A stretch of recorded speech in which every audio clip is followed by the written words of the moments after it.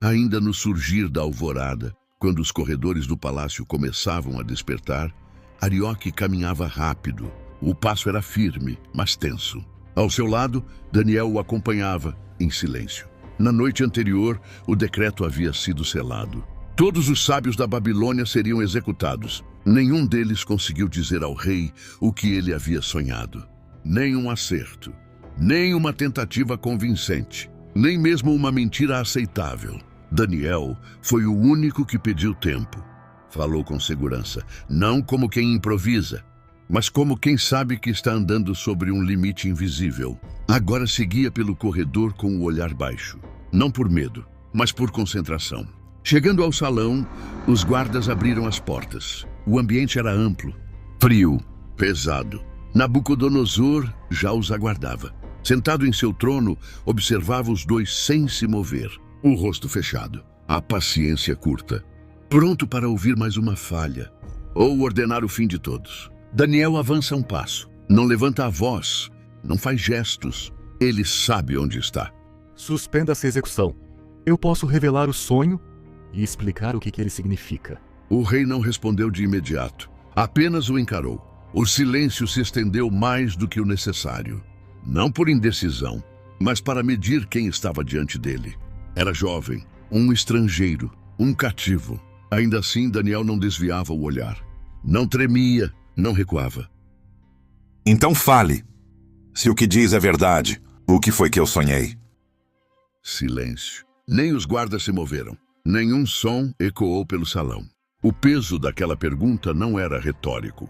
Quem errasse ali não teria outra chance. Daniel ergue o olhar. Quando fala, não há pressa, nem desafio, apenas precisão. O que o rei busca não está ao alcance dos sábios da Babilônia, nem de magos, nem de intérpretes, nem de adivinhos. Ele faz uma breve pausa. Há segredos que não se obtêm por cálculo, nem por experiência, nem por poder acumulado. O salão permanece imóvel. O que foi revelado ao rei veio de uma fonte que não responde a homens. Nabucodonosor endireita a postura. A desconfiança não desaparece, mas algo muda. O ceticismo cede lugar à atenção. Daniel dá um passo à frente, respira fundo e começa a falar sobre algo que apenas um homem naquele salão havia visto e que nem ele próprio conseguia lembrar por completo. Sem elevar a voz e nem dramatizar, ele fala como quem descreve algo visto com nitidez demais para ser invenção. Conta ao rei que, em seu sonho, havia uma estátua colossal diante dele, tão grande que dominava tudo ao redor. A cabeça era de ouro, não apenas bela, pesada. Um brilho que não vinha da luz, mas da autoridade concentrada no alto. O peito e os braços eram de prata, ainda fortes, ainda valiosos, mas já diferentes daquilo que sustentava o topo. O ventre e as coxas eram de bronze, metal feito para resistir ao impacto. Um corpo moldado para a expansão, para o avanço, para a guerra. As pernas eram de ferro, rígidas, inflexíveis, feitas para esmagar o que estivesse à frente. Daniel então menciona o detalhe que o rei jamais esqueceu. Os pés, eles não eram inteiros. Parte ferro, parte barro. Uma combinação estranha. Forte na aparência, instável na base. Então algo acontece, sem aviso. Não houve artesãos, não houve mãos. Nenhum comando humano. Uma pedra surge. Não precisa ser grande, apenas suficiente. Ela atinge os pés ao mesmo tempo. Não é o impacto que destrói a estátua. É a falha que já existia. O barro se rompe. O ferro perde apoio. E aquilo que parecia indestrutível cai, não em partes, não aos poucos. O ferro, o bronze, a prata e o ouro, tudo se desfaz. Tudo vira fragmento. Tudo vira pó. Daniel diz que o vento leva aquilo embora, como se nunca tivesse existido. E a pedra permanece. Com o tempo, deixa de ser apenas uma pedra, porque nada a derruba. Ela se firma, se expande, se torna base. Até que o que começou pequeno passa a ocupar toda a paisagem.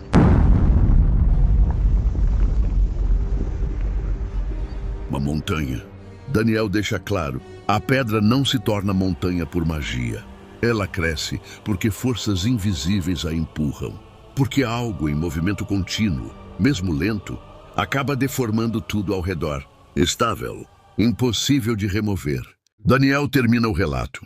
O salão permanece em silêncio. O rei já sabe. Aquilo não foi apenas um sonho. Daniel não começa exaltando o rei, também não começa condenando. Ele entende o peso do que está prestes a dizer. Não se trata apenas de um sonho. É um retrato de como o poder se organiza e de como começa a falhar. Daniel olha para a imagem que acabou de descrever e aponta para o alto. A cabeça. É ali que tudo começa, onde as decisões nascem, onde o comando se concentra. O ouro não foi escolhido por acaso. É belo, é raro, é desejado. Mas Daniel deixa algo claro, sem elevar a voz. O ouro impressiona, mas não sustenta. Ele fala de um domínio construído sobre a abundância e sobre o controle do que é visto como sagrado, onde riqueza e autoridade caminham juntas, onde governar é, antes de tudo, parecer sólido. Um poder que se mantém mais pela imagem do que pela circulação. Daniel sugere, com cuidado, que quando a riqueza se acumula demais no topo, o corpo inteiro começa a sentir. Não por escassez, mas por bloqueio. Quando a cabeça deixa de pensar no corpo, o corpo adoece. Mesmo que o ouro ainda brilhe, Daniel então desce o olhar. O poder já não está concentrado em um único ponto. Ele se divide, se estende, passa a depender de mais de um braço. Aqui, o domínio não cresce apenas pela força. Ele cresce pela troca. Tributos, rotas, acordos. O controle já não se sustenta só pela imagem, mas pela capacidade de manter fluxos em movimento. Daniel fala de equilíbrio, mas também de tensão. 2 braços sustentam o corpo, mas exigem coordenação constante. Quando interesses deixam de caminhar juntos, a unidade não se rompe de imediato. Ela passa a depender de vigilância. O corpo cresce, mas agora precisa se esforçar para continuar unido. Daniel desce o olhar, como se observasse os quadris da estátua. Aqui, o poder já não se sustenta pela imagem, nem apenas pela troca. Ele se ancora no território. O bronze não é precioso como o ouro, nem flexível como a prata. É resistente, funcional. Daniel aponta para um domínio que cresce pela ocupação organizada da terra. Montanhas, planaltos, rotas interiores. Um poder que se impõe controlando passagens, recursos, produção. Aqui, governar já não depende de um centro sagrado. Depende da capacidade de manter o espaço. Extrair, transportar, defender. Daniel sugere com cuidado. Quanto maior a área controlada, mais o poder precisa se tornar prático e menos simbólico. O corpo se mantém em pé, mas começa a carregar peso. O bronze aguenta impacto, mas não absorve tensão infinita. Produzir não é o mesmo que governar, e a expansão territorial cobra seu preço. Daniel respira fundo antes de continuar. Agora o corpo precisa andar. O ferro surge onde o bronze já não basta. Não é mais sobre ocupar, é sobre organizar. Leis, registros, administração. O domínio deixa de depender da presença constante do governante e passa a existir pela continuidade da estrutura. Povos diferentes permanecem como são, mantêm costumes, cultos, línguas, desde que obedeçam à ordem imposta. Daniel é claro, quase seco. Não é uma ambição espiritual, é política. Funciona. Por muito tempo, o ferro sustenta o corpo inteiro, dá estabilidade, permite avanço contínuo. Mas essa força tem um custo. É rígida, não se curva facilmente. Cada passo mantém o corpo de pé, mas acumula tensão por dentro. O que não se adapta, um dia quebra. Por fim, Daniel chega à base. Os pés, é ali que tudo se apoia. E é ali que algo muda. O ferro ainda está presente. A força não desapareceu. Mas agora ele está misturado com barro. Daniel não chama isso de fraqueza imediata. Ele chama de incompatibilidade. Povos diferentes, leis diferentes, tradições que não se fundem. A estrutura tenta sustentar tudo ao mesmo tempo, mas a base já não é uma coisa só. O corpo permanece em pé. Funciona, avança, mas qualquer impacto direto atinge o ponto mais vulnerável. Daniel deixa isso claro. A queda não vem por falta de poder. Vem porque a base já não sustenta o peso acumulado acima. Daniel não aponta um fim imediato. Não fala de datas, nem dá nomes. O que ele entrega ao rei não é uma sentença. É um padrão. O poder cresce, se organiza, se expande. Mas quanto maior o corpo, mais sólida precisa ser a base. E quando a base é feita de materiais que não se unem de verdade, o risco não vem de fora, vem de dentro. O salão permanece em silêncio. O rei agora entende. O sonho não fala apenas de reinos, fala de limites. O silêncio que se segue não é vazio. Ele dura apenas o suficiente para que todos entendam o que foi dito. Então, aos poucos, o salão começa a respirar de novo. Cochichos surgem, baixos, contidos. Não são comentários sobre o sonho, são cálculos. Alguns tentam reinterpretar o que ouviram, diminuir o alcance, reduzir tudo a metáfora conveniente. Outros trocam olhares rápidos, reconhecem padrões e sabem que padrões não pedem permissão para se repetir. Há quem sinta medo, não da visão, mas do que ela implica, porque o sonho não falou de um inimigo externo, falou da própria estrutura. Arioque observa tudo, não participa dos murmúrios. Ele olha para os rostos, sabe reconhecer tensão antes que ela se transforme em ordem. Percebe o receio dos oficiais, o incômodo dos sábios, a ansiedade silenciosa de quem entende que algo saiu do controle. O volume dos cochichos cresce um pouco mais, o suficiente. Basta! A palavra não vem como explosão, vem como limite. O rei se levanta lentamente. O movimento interrompe qualquer tentativa de leitura paralela. Os homens se calam, não por medo imediato, mas porque reconhecem autoridade quando ela decide se impor. O salão volta ao silêncio. Agora, imposto. Daniel permanece imóvel. Antes que o peso daquele momento se transforme em confronto, ele fala: Senhor, ainda não terminei. O rei o encara longamente. Então ergue a mão.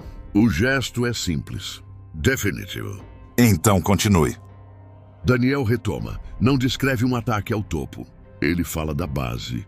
Enquanto o corpo crescia, camada sobre camada, algo se formava fora da estrutura, não vindo do palácio, nem das rotas de poder. Uma pedra, não moldada, não lapidada, não criada para se encaixar no sistema. Ela não surge como confronto direto. Ela atinge onde tudo se apoia, os pés, onde força e fragilidade convivem. Daniel deixa isso claro. A queda não acontece porque a pedra é perfeita. Acontece porque a base já não sustenta o peso acumulado acima. Quando uma estrutura depende de partes que não se unem, qualquer impacto, mesmo simples, é suficiente para romper o equilíbrio. Não é magia, é consequência. Daniel avança um passo além. Depois da queda, a pedra não desaparece. Ela permanece. E com o tempo, ocupa o espaço que antes era dominado pela estátua. Não pela força do brilho, nem pela imponência do metal, mas pela estabilidade. Ela cresce porque não depende de camadas artificiais. Não precisa se misturar para parecer forte. Ela se espalha porque encontra apoio no próprio chão. Daniel não chama isso de um novo império, nem de uma nova dominação. Ele descreve algo diferente. Uma ordem que não se sustenta pela imagem, nem pelo medo, nem pelo excesso de administração. Algo que cresce porque permanece. E permanece porque não precisa se adaptar à fragilidade da base que ruiu. O rei não interrompe. Os homens ao redor já não murmuram. Eles observam. O sonho deixou de ser um enigma pessoal. Tornou-se um espelho coletivo. Daniel termina sem triunfalismo, sem desafio. Ele simplesmente se cala. O poder foi descrito. O limite foi exposto. Agora, resta apenas uma pergunta, não dita em voz alta, mas presente em todos os rostos. O que se faz quando o futuro não pode ser evitado, apenas compreendido? O silêncio que se segue não é vazio, é carregado. Os homens ao redor do trono trocam olhares rápidos. Ninguém fala alto, ninguém se adianta. Todos entenderam o que acabou de acontecer, mas cada um reage de um jeito. Alguns sentem medo, não do sonho, mas do que ele revela. Eles percebem que não se trata apenas de um rei, nem de um domínio específico, A visão descreve ciclos, e ciclos não pedem permissão. Esses homens sabem reconhecer sinais. E o que ouviram não foi promessa de estabilidade eterna. Foi um aviso. Outros reagem com negação. Evitam o assunto. Diminuem o impacto. Reduzem tudo a palavras bem colocadas, de um jovem estrangeiro. Para esses, admitir o peso da interpretação é admitir que o poder não está totalmente sob controle. E isso é inaceitável. Eles preferem acreditar que a força do império é maior do que qualquer visão. Há também os que fazem cálculo político. Não discutem o conteúdo. Avaliam as consequências. Se o rei aceitar essa leitura, o que muda? Quem ganha espaço? Quem perde influência? Daniel já não é apenas um intérprete. Ele se tornou uma variável. E variáveis são perigosas. Em ambientes de poder, entre todos eles há algo em comum. Ninguém discorda em voz alta, porque todos compreenderam uma coisa essencial. O sonho não humilhou o rei. Ele deslocou o centro da conversa. Já não se trata de quem governa, mas de até quando. Os sábios percebem tarde demais. Não foi Daniel quem os colocou em risco naquela noite. Foi o silêncio deles antes. Eles falharam ao tentar proteger o poder, sem compreender seus limites. E agora assistem alguém fazer exatamente o oposto. Daniel não reage. Não se defende. Não se explica. Ele permanece imóvel. Quem se move agora é o próprio sistema, tentando decidir se o que acabou de ouvir é uma ameaça ou uma revelação impossível de ignorar. O rei permanece em silêncio, por mais tempo do que o esperado. Não por indecisão, mas porque compreende o peso do que ouviu. Ele não reage como um homem ferido no orgulho. Reage como alguém que acaba de enxergar algo que não pode ser desdito. Nabucodonosor se levanta. O gesto é lento, calculado. Não há fúria, não há ironia. Há atenção. Ele observa Daniel novamente. Agora não como um prisioneiro, nem como um servo, mas como alguém que falou diante do poder sem tentar tomá-lo. O rei entende algo essencial. Daniel não trouxe ambição. Trouxe limite, e isso é raro. O que disse não veio de homens. Não é uma confissão pública, nem uma rendição. É reconhecimento. O rei não aceita tudo como destino inevitável, mas aceita que aquilo não é invenção. Ele percebe que nenhum de seus sábios ousou sequer tentar, e que Daniel fez o que ninguém fez. Falou a verdade, sem atacar a autoridade. O temor não vem da ideia de queda imediata. Vem da percepção de que o poder não é absoluto, que ele também faz parte da estátua, que governa um tempo. Não todos. O rei, então, faz algo inesperado. Ele não pune, não questiona, não adia. Ele age. Eu reconheço a superioridade do teu Deus e nele há uma sabedoria que se eleva acima de deuses e reis. Não é conversão, é hierarquia reconhecida. O rei não abandona seus deuses, mas admite que há algo acima da força, da riqueza e da administração. Ele honra Daniel diante de todos, não apenas como intérprete, mas como alguém digno de confiança. Daniel é elevado, recebe posição, autoridade, responsabilidade.